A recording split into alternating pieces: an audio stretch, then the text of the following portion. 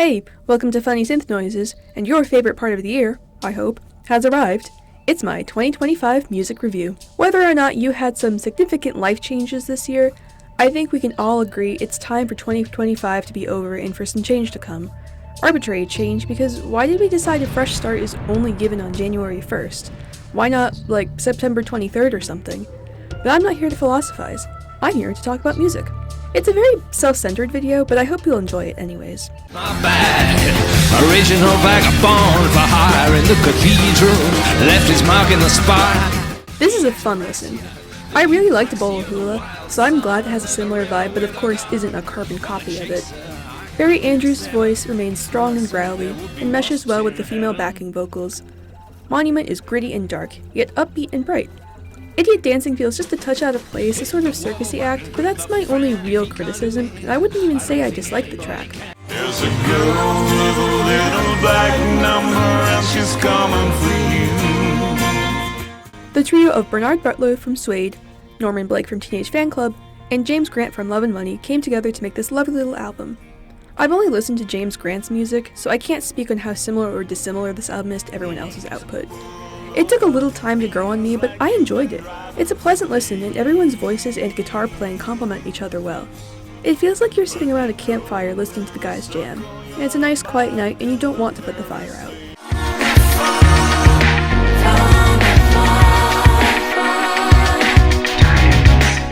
Wolfgang Fleur's solo music is interesting, to say the least. While far from perfect, this is easily the best thing in his discography, even if he got catfished by someone on Facebook in the process of recording. I'm going to complain first. The album is far too long.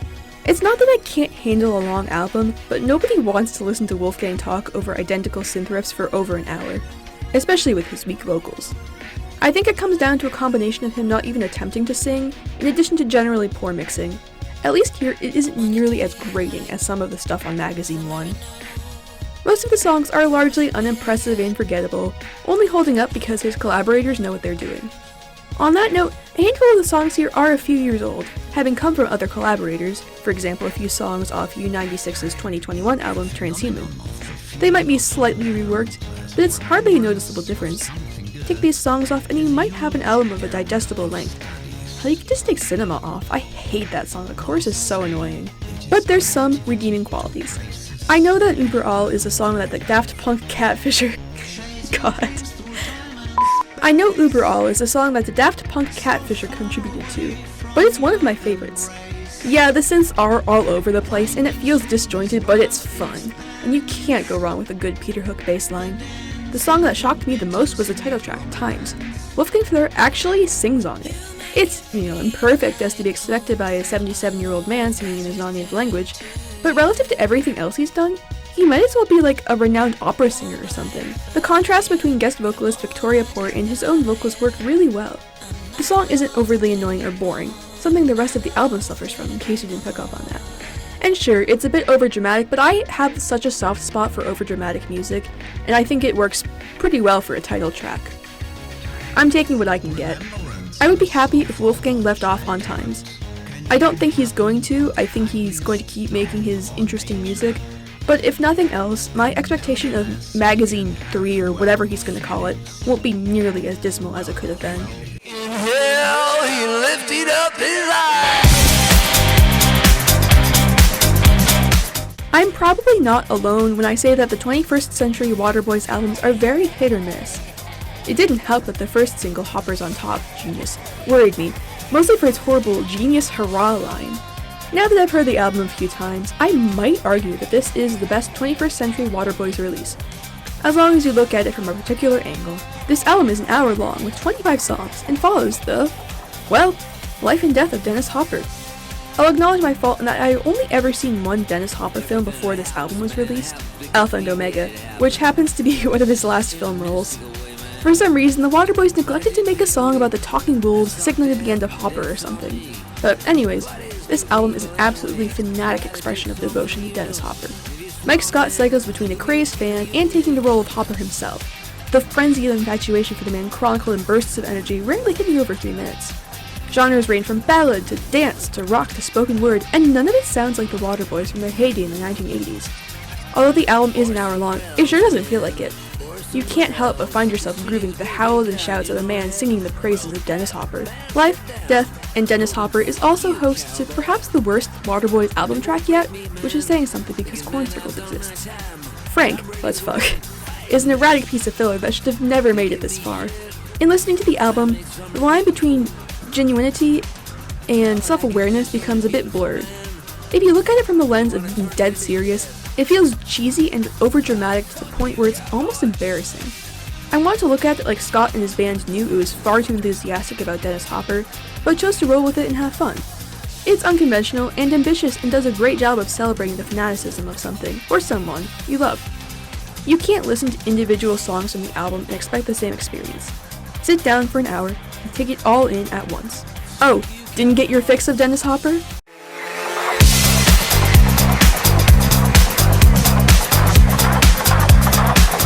Sorry I made you look at that terrifying album cover. The band is loving their AI these days. Here's half an hour of songs that didn't make it to Life, Death, and Dennis Hopper. By the time this collection came out, I'd seen the Waterboys in concert and I'd watched Easy Rider for a class, actually the same week it dropped, and still did not understand the Hopper hype. As long as Mike Scott had fun, I guess. The Waterboys have been releasing a lot of box sets with demos from their most popular albums. There's probably hundreds of demos and unreleased tracks out there, and even more we have yet to hear. I see why they've done the same for Dennis Hopper. It's hard to judge this as an actual album for that reason, especially since unlike the final product, this lacks a coherent timeline and the songs don't always feel so complete, which makes sense. Most of them are probably demos. If you're a die-hard Waterboys fan and actually enjoyed Life, Death, and Dennis Hopper, you'll like this. Otherwise, it's entirely forgettable.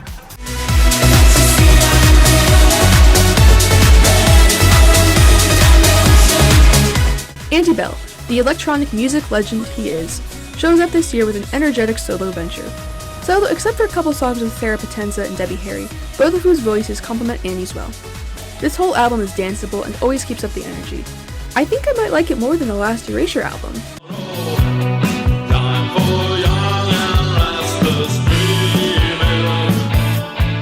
By now, I expect most people who like the same music as me, and are probably as chronically online as me, to know the story of FEX. Once known as the most mysterious band on the internet, with the most mysterious song on the internet, their search for who was behind the song we learned was called Subways of Your Mind ended at the end of 2024. I'd heard about the song a few years before its identity was confirmed, but I wasn't into the search. Still, it was exciting to hear about the outcome. Due to the popularity of this song, the band got back together and released this album of archival material, containing remastered demos and previously unreleased songs from the 1980s run. The remasters sound great. The album is honestly just okay. If it weren't for their cult status by now, FEX would just be another forgettable new wave band with a few hardcore fans and maybe a one-hit wonder with Subways of Your Mind or Jenny if they got lucky. The instrumentals all sound the same and the vocals are flat. Most of these were demos, so I guess I shouldn't be too harsh, but I'm just not a fan.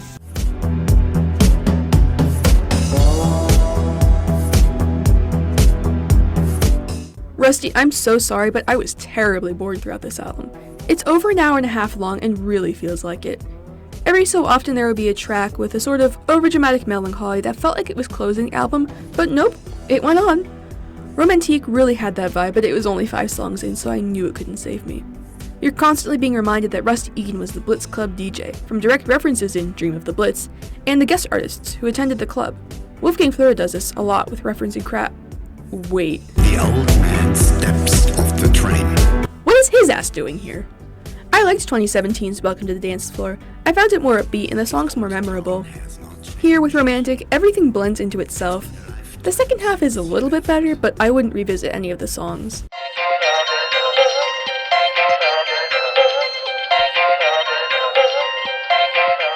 Kissing the Pink, oh god, not Kissing the Pink, have been teasing new music since about 2010.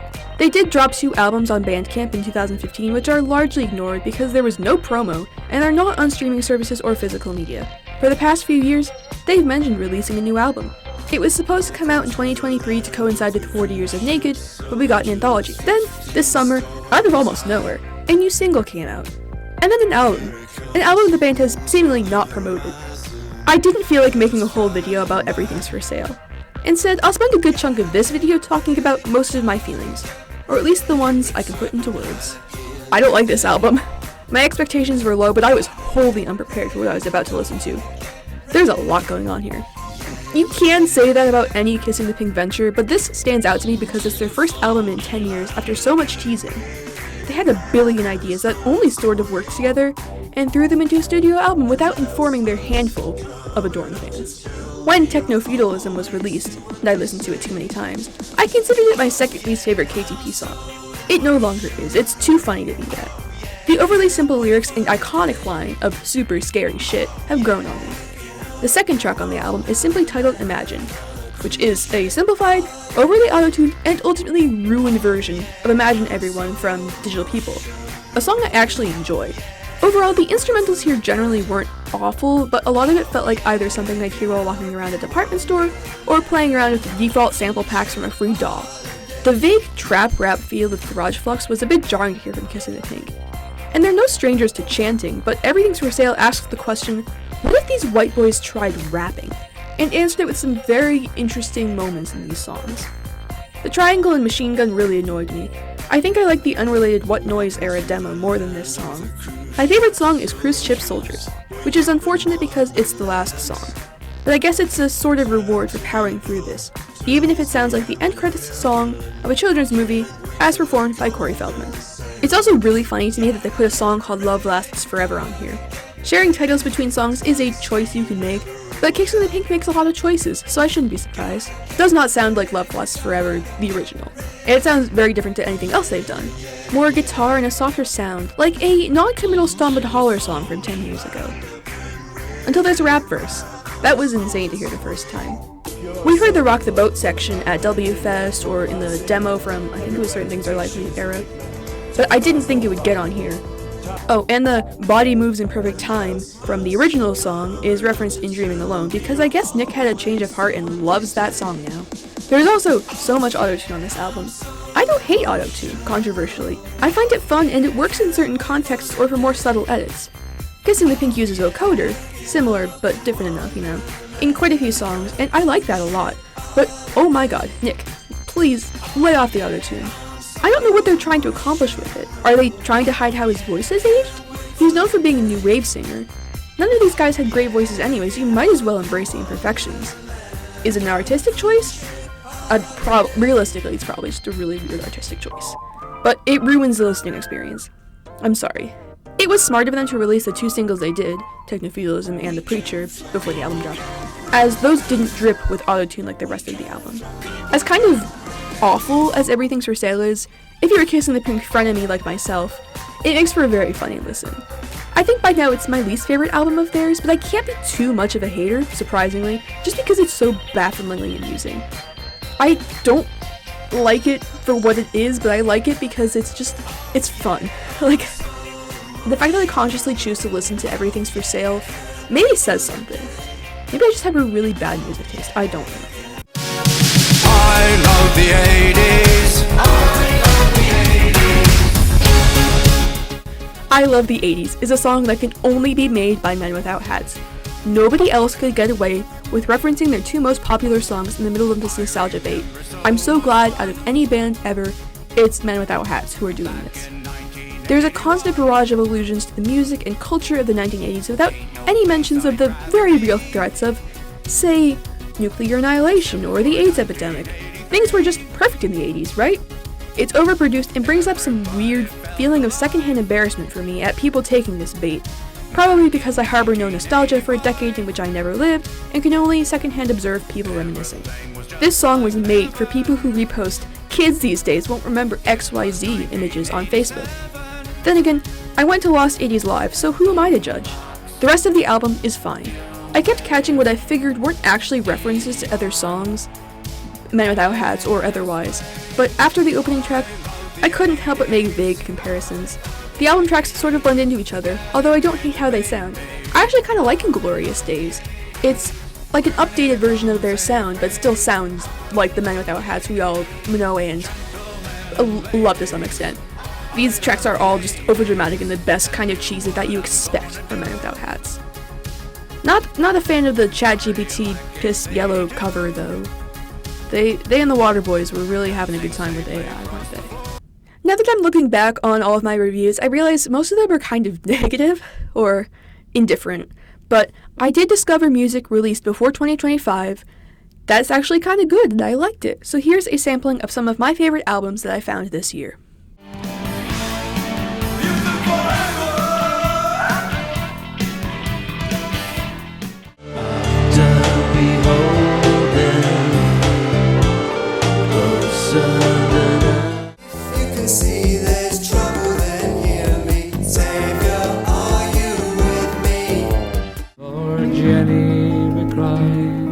She smiles through the drops in her window.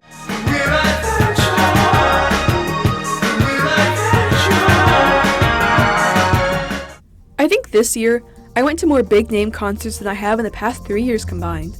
The footage here isn't the best because I try not to look at my phone while I'm filming, so if it drifts away from the stage or is bobbing up and down, that's because I'm dancing and living in the moment or something. I started off strong with Kraftwerk in the spring. I got into them around that time last year, so when the tour was announced, I wasted no time making a plan to go. Normally, I love getting right to the front of shows, but there's honestly not a lot to see if you're right in front of Kraftwerk. It's just a little bit distorted because of your perspective. But from my balcony seat, I got the whole light and screen show. The bass was loud. And I know Kraftwerk fans can be particular about errors during the shows, but I didn't really see any in the visuals. Granted, I wasn't looking that much. The light-up spandex, on the other hand, Ralph was glitching out the entire show, literally the whole show. I'm surprised he didn't get electrocuted or anything. I was bummed out that they didn't play Pocket Calculator, my favorite Kraftwerk song, or Showroom Dummies, and played far too much from the Tour de France soundtracks, but other than that, I was really happy with the show. It's nice to have groups of songs from albums together, such as the Computer World Suite. I think that was a great opener. And of course they played the Trans-Europe Express Suite, which is my favorite of the suites.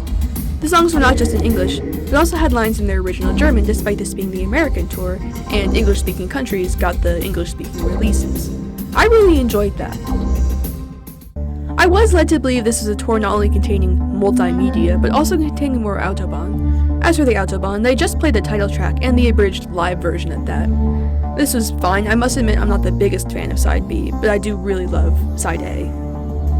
I wasn't really seeing the multimedia either. We didn't get 3D glasses or anything. The platform the band stood on had projections on it, but I think most of the concerts contain that anyways. Was the multimedia as simple as the projections? Probably. It was overall an awesome concert. I was thrilled to have been able to see such an influential band, especially one this old and with an original member. Ralph is the oldest musician I've seen so far. All things considered, he did a pretty good job keeping his vocals up. The reworkings of the songs are great, and it feels so powerful to see them in a way that's larger than life, which I think you have to have with Kraftwerk. You need the visual and the audio to combine in this beautiful show.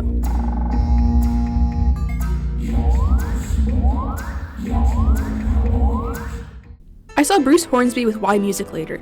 I didn't film or take pictures, so here's some significantly more professional footage for B-roll. And it's just a music video. I'll admit I haven't listened to much Bruce Hornsby. I bought a couple of his albums at a flea market a few years ago, but I didn't like them at the time, and for some reason just never revisited them. I mostly went because I got my paws on a cheap ticket, and one of his songs has a lot of sentimental value to me. Y Music opened with their orchestra. I really like orchestras and orchestral instruments, and should probably go to more. Next was Bruce and his piano. Just that. Simple yet absolutely gorgeous. Because it was so minimal, I could really focus on his lyrics and admire them more than I ever could before. Y Music joined him for the rest of the show, a truly wonderful mesh of piano and orchestra and Bruce Hornsby's still great vocals, none of them overpowering the other. When I was about 13, I heard The Way It Is on the radio and fell in love. It was probably one of my first favorite songs once I started getting into my music taste. It isn't the synth pop I would gravitate towards, but for some reason it meant a lot to me. When Bruce played it that night, I absolutely cried. I tear up at a good chunk of the concerts I go to, but this one required a tissue. It wasn't necessarily because of the song itself, but the way it was played and how it reminded me of a time in my life that shaped me into who I am today. I'll never be 13 again, for better or worse. I appreciate music much more in a live setting, and this was certainly no exception. Perhaps I should give Bruce Hornsby another chance. I saw the Ocean Blue performing their first 2 albums.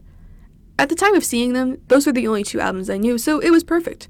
I got right up to the stage, and, as my lovely Instagram friend pointed out, could have grabbed their ankles. Brian Ty opened and performed with his wife. They had some very pretty songs, and I loved their voices. Then the Ocean Blue came on and performed their second album first. 'Cause why not?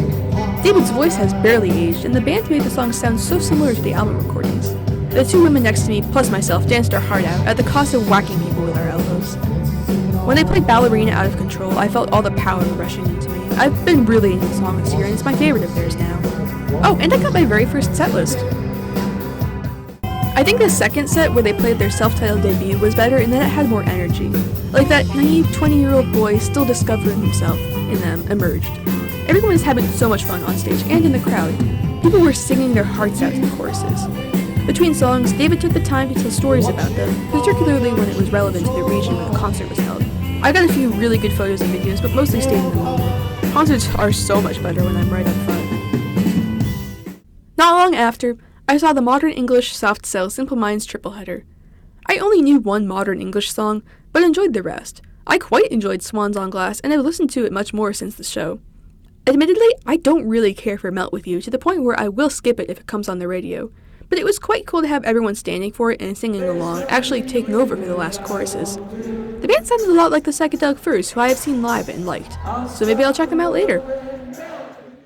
Mark Almond and the rest of the touring Soft Cells put on a great show. He didn't sing Sex Dwarf, but did sing Say Hello, Wave Goodbye, so I was okay with that. It might have been for the better, actually. My dad invited himself to the concert with me, and I really didn't feel like explaining that song to him. Mark's voice definitely sounds older, but is still pretty strong. We all got on our feet for Tainted Love and had to wait a while for Simple Minds. It was unfortunate that Dave Ball was unable to perform, and even more sad that he passed a couple months after this tour. I knew Simple Minds was opening with Waterfront, but was surprised and thrilled when afterwards they played Midnight Walking, my favorite song of theirs. By then, everyone stopped dancing and put their phones away, but I did not sit down. Sorry to the people behind me. I was happy with the amount of songs they played from New Gold Dream, and that they didn't play anything from the newest album, which I actually didn't really care for, so yay! Jim Kerr looks ancient, but his voice is also strong.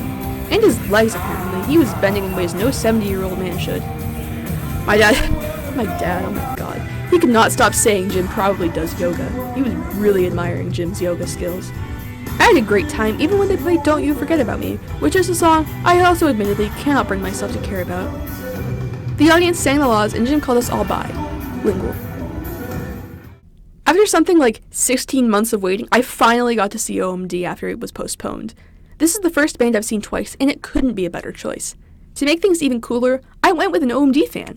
She and I met through the online OMD fandom, and she came to the States to see them, and happened to be going to the same show as me. Walt Disco opened up the night. They didn't play anything from the two albums I'd listened to, but that was alright. It was great. I loved the post-punk, jangled, general guys in their 20s making rock vibe.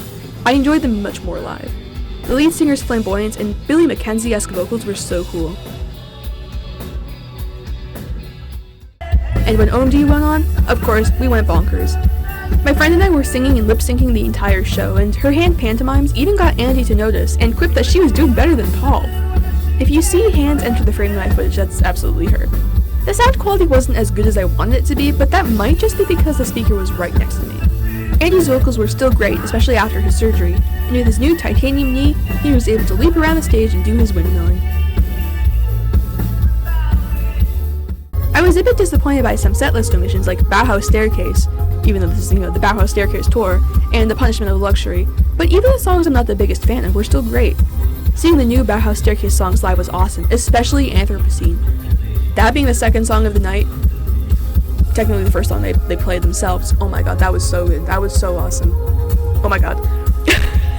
Anyways, everyone was up and dancing except for the guy next to me. I feared he might have been dead. I was left exhausted by the end from how much I was dancing, so I can't imagine how Andy felt. I don't think OMD can put on a dull show. Between the banter between Andy and the band members, banter between Andy and those of us on the front lines, and the funny ways to introduce the next songs, even the parts without music are fun. My friend and I did try waiting outside the venue for the band, but at some point I had to leave so I wouldn't get stranded in the city. She later told me we might have just missed them by 15 minutes. Would it have been worth sleeping on the streets for a night? Well, I won't answer that.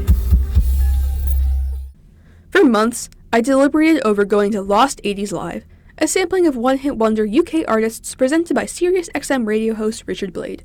The day of the concert, I bought a ticket and hauled ass to the city. I knew it was going to be cheesy, and I was thrilled about the prospect. I was also motivated by seeing China Crisis and the Icicle Works as well. The Polecats were first. I've never seen Rockabilly live, and have barely listened to it on my own. It was fun, the lead singer had good energy, and I think that was a good way to open a show. But Louis Sum played the 3 songs of his I knew, and I suppose the only 3 anyone else in the world knows. I was really into Imagination when I was 15. Yeah. I only knew one Josie Cotton song, obviously being Johnny Are You Queer, and was not surprised she played it first. She's the first female artist I've seen in concert. Kind of embarrassing it took me this long. I think I listened to too many old British men. The Icicle Works played 2 songs, Hollow Horse and obviously Birds Fly. They dragged that one out and we all got to sing along. I expected Love is a Wonderful Color, but nope, just those 2 songs. The Icicle Works are one of those bands I would probably like, but I've just never gotten around to them besides one album and a couple songs. I listened to Images of Heaven by Peter Godwin the previous week before I decided if I was actually going to the concert or not. I really liked it and was really digging his set. The synths and electronic drums were so good to my ears. And then China Crisis, the band I came to see. They played King in a Catholic Style, Working with Fire and Steel, Arizona Sky, and Black Man Ray. I was surprised by some omissions. No wishful thinking? But I suppose you can only fit so many songs in 20 minutes. And I was glad they played 4 and not 2. They were so good, and I would love to see them perform a full set one day. The Vapors were next, and I was okay with them. I don't like turning Japanese, and the music was just alright. The guitarist, who I believe was the lead singer's son, was bouncing all over the place. Big Country was fun. I could probably like them too. I'm kind of surprised they're still touring. General Public blew me away. Tenderness is one of those songs I forget I know. I haven't heard it in ages. They were so good though. They had great backing vocals and synths and a saxophone. I would listen to them again, and I should probably do that. And then, of course, the headliner, basically, A Flock of Seagulls. I'm so sad Mike Score is bald now. They played something from their new album, a bold move during an 80s throwback concert. Didn't play Rainfall or Heartbeat Like a Drum, neither, which shocked me even though those are my 2 favorites. Whatever, but they were still good. Unfortunately, I could barely hear Mike. I guess his mic wasn't working, haha. In between sets, Richard Blade talked to us. He tried to peddle his wares, weird merch, and played medleys from various bands and told us to cheer for whatever band we would like to hear more on his radio show. Just about every band I cheered for won. Too bad I don't listen to his radio show. What struck me was how many young people were in these bands. I guess as the old members die or move on, new blood has to run through the veins of these acts. On the other hand, I was shocked that there were virtually no young people in the crowd. As we were streaming at the venue to leave, a couple guys in front of me were talking about how everyone who went was Gen X, none of those are millennials or Gen Z. I had to hold back my snarky comments.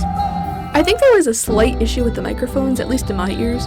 I couldn't hear the singers most of the time. Things were too loud or quiet in the wrong spots. Then again, I was trapped in the balcony for half the concert.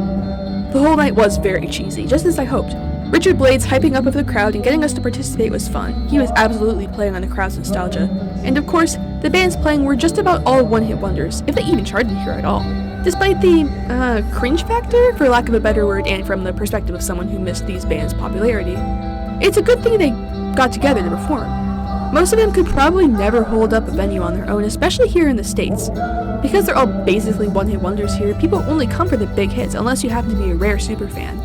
Having a sort of festival like this allows the fans to see the songs they know, and the bands to make some money that they probably struggle to make now that they're well past their prime. It's still probably my least favorite concert I've been to so far. Not that there was anything wrong with it, like I didn't hate it, but maybe seeing washed up 80s acts in bulk isn't my thing. If you're a Funny Synth Noises superfan, and remember last year when I offhandedly said the Waterboys changed my life, then you'll understand how important my next concert was. There he was, Mike Scott in the flesh, mere feet away from me in his horrid bright red pants, and he had no idea what he'd done for me. We started with the good stuff, a Willie Nelson cover, and then Glastonbury song, and then a bit of everything from their first decade of albums. Everything except stuff from A Pagan Place, actually. I'd have combusted on the spot if they played the title track or the big music, even though I knew it would be unrealistic, especially the big music. They played The Pagan Place during the UK tour, and I guess they decided we weren't good enough for that. But not even in all the things you gave me? I couldn't complain too much, as I love everything they ended up playing. And of course, we had to deal with the Dennis Hopper stuff.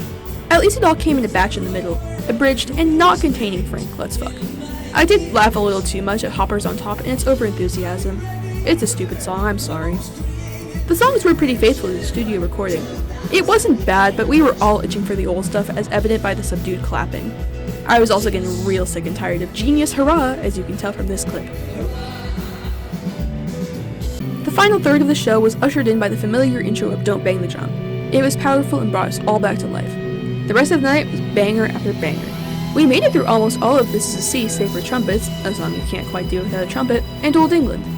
There was no sax player either, so Brother Paul played the keytar to solve the problem on A Girl Called Johnny. And of course, the show ended with The Hole of the Moon, the song that got me into the Waterboys, and by extension, my entire music taste. The song instrumentals were expanded once the band reached the expected end of the song, really driving in that rock feel. They did a different arrangement of This Is a Sea with new lyrics that I wasn't a huge fan of compared to the original, but I was also glad they weren't trying to replicate the original sound as much as we all love it. The band has been like that since the beginning, they're always changing things up. The interactions between the band members on stage was also really amusing, particularly Famous James and Brother Paul, the kind of dueling pianos. It worked extraordinarily well, it was all extraordinary, oh my god. I keep thinking about it. I want to go back so badly. I've heard the big music and I'll never be the same. I am not a fan of Gary Newman. I like his first and most recent albums enough in addition to some miscellaneous songs, but he just hasn't clicked for me. However, I enjoyed his live set far more than any of his albums. The stage presence of all the musicians, from the clothing to the movement, really immersed me in the music. Everything was loud. Even his older material sounded like his industrial era. It worked so well and the energy stuck around through the entire set. I was headbanging to Gary Newman. I didn't think I'd be doing that. I felt kinda bad for the person behind me whose toes kept getting stepped on. Gary was rolling around on the floor and dancing and being very Andy McCluskey-esque minus the windmilling. The man was clearly having a blast, and I was too. I figured I wouldn't dislike the set, but I liked it far more than I expected. The Psychedelic Furs were up next. I finally got to see Richard Butler prance around up close. The set list was pretty similar to the last time I saw them, but with a couple switches. They played No One, which didn't quite make up for omitting Ash Wednesday, my favorite song of theirs, again, but at least it was a favorite of mine anyways. The encore gave me my fix of the self-titled, even if it was India, not my first pick of the album. I think my problem with the Peepers is that they're a singles band, and anything that's not a single, with the exception of their first and most recent albums, is dull and blends into the other songs. Don't get me wrong, I like their music, but I definitely gravitate towards the singles. That being said, hearing everything live is so much more fun. I think I like the Psychedelic Furs music more than Gary Newman's, but out of the two sets that night, I think I liked Gary Newman's set better. I guess rather than talk in length about all of the individual CDs I got, I'll just show them off slideshow style, and then if there's a story, I'll talk about that.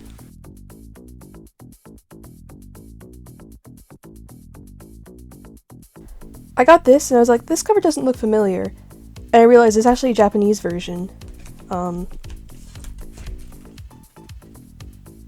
Oh, that's English. That's Japanese. I can't read that. So that was cool. I'm surprised it took me this long to find this album. I've probably seen it before, I just wanted to get this one because it was like $2.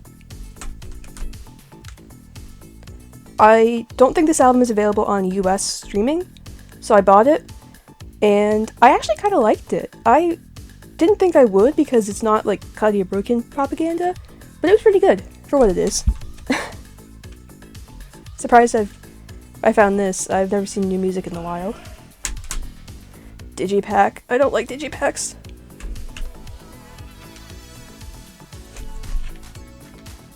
I was so surprised I found this. It was at a record store I've never been to before, and I found it and I was like, oh my goodness, and it was only $1, and the guy was like, yeah, I found this at Goodwill for $1.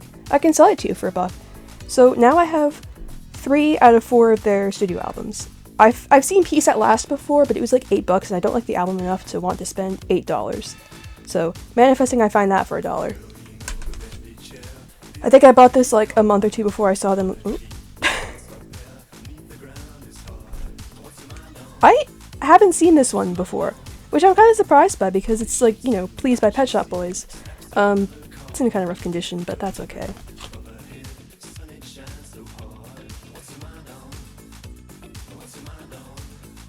This is a really good find.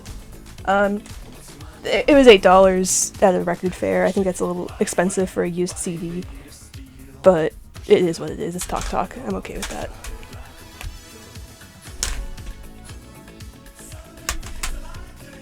Super price.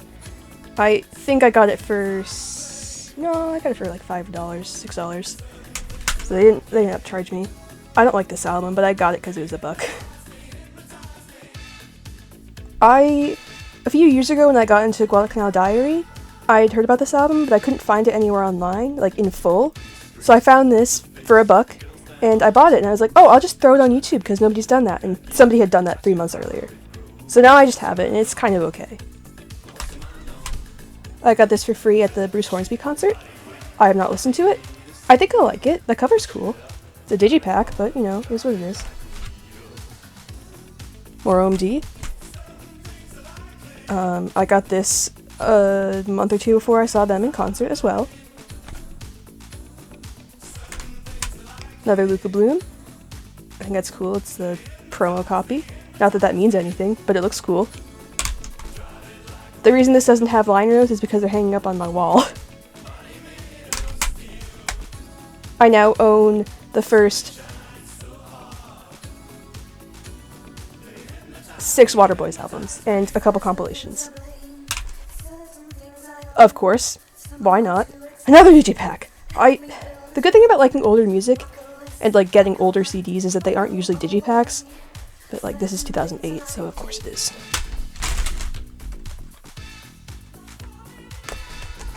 I got these both at the same place for $1. And finally, I got this one for the bit because, long story short, talk. And now, the moment you've all been waiting for.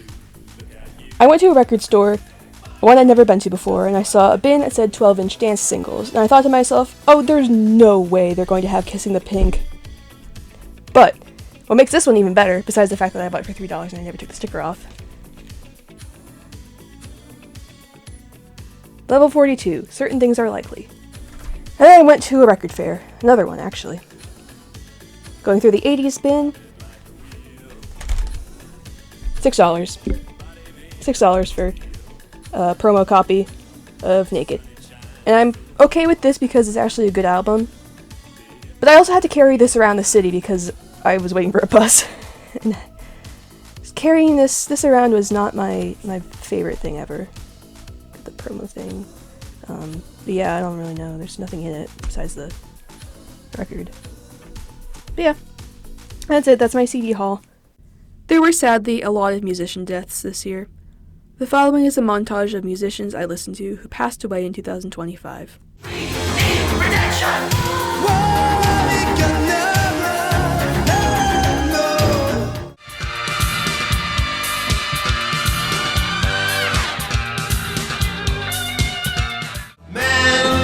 It's in overdrive. Go little trip, go.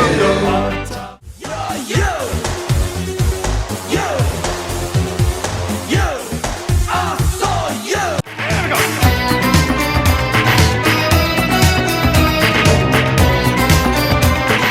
Take my tears and that's not nearly all tainted love.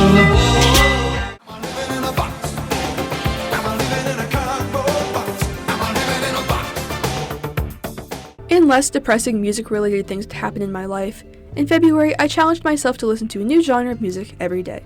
I generally did not care for the genres as a whole, but I found some songs I really enjoyed, which might end up in my Top Tracks of 2025 compilation that you can find on my other channel whenever I post it. I mostly listen to music from the USA or the UK, so this is a great opportunity to travel the world. I was going to make a whole video about it, and wrote down pretty much an entire script, but scrapped it when I realized I'm bad at reviewing music, especially music I know nothing about. I currently have no concerts lined up for next year. What a sad way to live.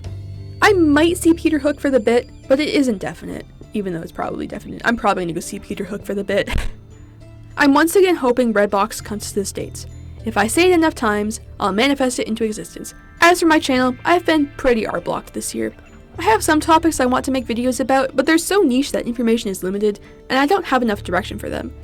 My most popular video this year isn't even about music, but I think people found it useful, so I'm glad for that. I did make a second channel for creations with less direction, so check out Funny Synth Tuesdays if you haven't yet. For the videos I created and posted, I had fun with them. I hope you stick around for whatever my brain spits out next year. Thanks for tuning in to this uncharacteristically long video. I just had a lot to say. I thought it was going to be half an hour. I think it's going to be like 45, 50 minutes. It's been a pretty good year for music, if not much else, and I hope 2026 treats us with the same kindness. On a cruise ship holiday.